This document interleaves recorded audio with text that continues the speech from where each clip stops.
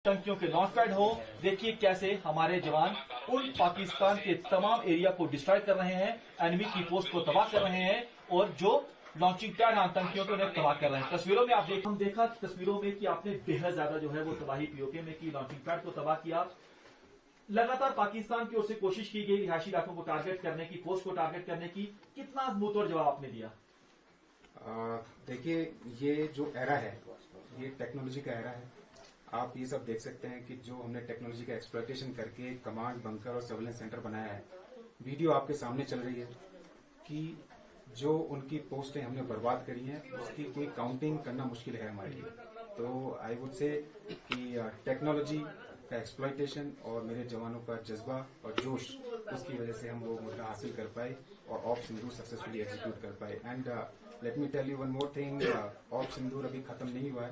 हमारे लिए 24/7 पूरे साल, अगले साल, पिछले साल जो भी हमने हमारी ट्रेनिंग चली, आप ये सब देख सकते हैं कि जो हमने टेक्नोलॉजी का एक्सप्लॉयटेशन करके कमांड बंकर और सर्विलेंस सेंटर बनाया है। वीडियो आपके सामने चल रही है कि जो उनकी पोस्टें हमने बर्बाद करी हैं उसकी कोई काउंटिंग करना मुश्किल है हमारे लिए।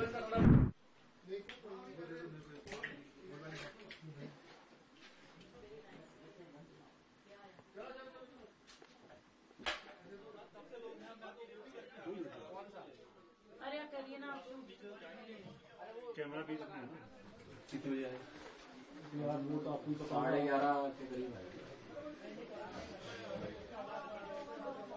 सर प्लीज बाकियों को भी करना। संजीव कुमार के साथ गुरसिमरन सिंह भारतीय सेना के सर्विलांस रूम में। और तस्वीरों में आप देखिए कि यहाँ पर जो पाकिस्तान के बंकर हो, आतंकियों के लॉन्च पैड हो, देखिए कैसे, और जो लॉन्चिंग पैड आतंकियों को उन्हें तबाह कर रहे हैं। तस्वीरों में आप देखा तस्वीरों में कि आपने बेहद ज्यादा जो है वो तबाही पीओके में की, लॉन्चिंग पैड को तबाह किया। कितना मुंहतोड़ जवाब आपने दिया? देखिए, ये जो एरा है टेक्नोलॉजी का एरा है। आप ये सब देख सकते हैं कि एक्सप्लॉयटेशन करके कमांड बंकर और सर्विलेंस सेंटर बनाया है। वीडियो आपके सामने चल रही है कि जो उनकी पोस्टें हमने बर्बाद करी हैं उसकी कोई काउंटिंग करना मुश्किल है हमारे लिए।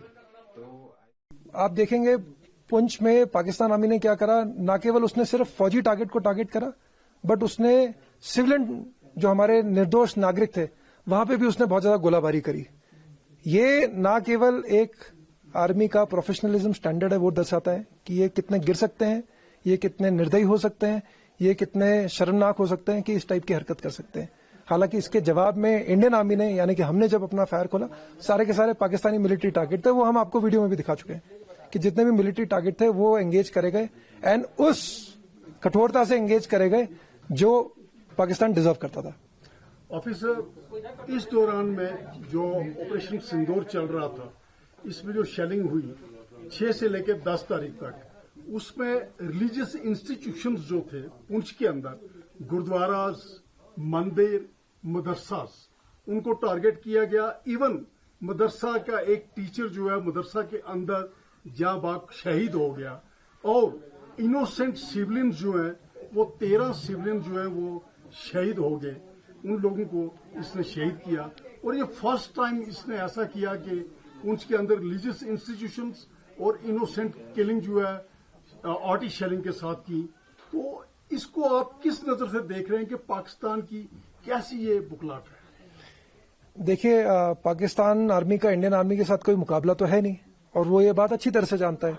अब क्योंकि मुकाबला है नहीं तो अब खिसियानी बिल्ली खम्मा नोचे, वो वाली बात है।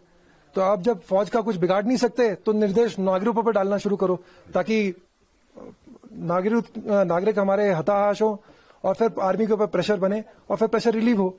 तो उनको मालूम था कि आर्मी उनके आर्मी का हमारे आर्मी के साथ कोई मुकाबला नहीं है। इसलिए मेरे को लगता है कि जो हमने उस टाइम पे देखा कि सिर्फ 20 मिनट के अंदर ये रिस्पांस आया और डायरेक्ट सिविलियन के ऊपर टारगेट करना इन लोगों ने शुरू करा। फौज की फॉरवर्ड पोस्ट, सिविलियन, और सिविलियन में जैसा कि आपने बिल्कुल सही बताया कि 13 लोग हुए। हमारा जो रिलीजियस, मैंने आपको बताया, मैंने आपको गुरुद्वारा दिखाया था यहाँ से, जहाँ गुरुद्वारे के बगल में आकर के गिरे हैं।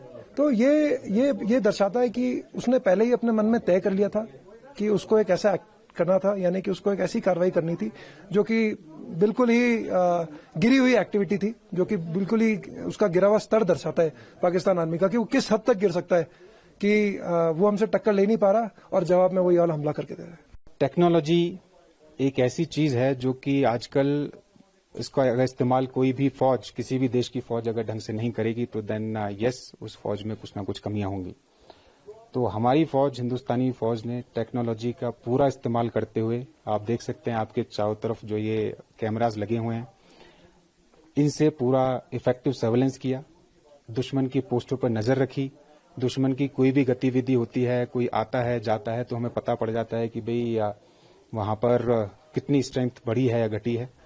तो उस चीज को देखते हुए जब 6 की रात को सीज फायर वायलेशन हुआ, तो इस कमांड बंकर से की मदद से और इस सर्वेलेंस सेंटर की मदद से, जिसमें हाई टेक टेक्नोलॉजी के कैमरे लगे हुए हैं, हमने पूरा एक्यूरेटली ये पता था कि हमें कहाँ फायर डालना है, कैसे फायर डालना है, और उसी का नतीजा है कि हम दुश्मन की काफी पोस्ट को नुकसान पहुंचा पाए और दुश्मन की हैवी कैजुअलिटी कर पाए। गर्मियों की छुट्टी होने वाली थी, मेरे पापा आने वाले थे, तो हम लोग सभी खुश थे। तो मैं एक बेड पे चढ़ के डांस कर रहा था। डांस कर रहा था, लेकिन वो पहले ही आ गए। फ्रीज। तो मैं उस समय तो कंटिन्यू नहीं कर सकता था, तो फ्रीज फ्रेम टाइप का हो गया। कसम पैदा कर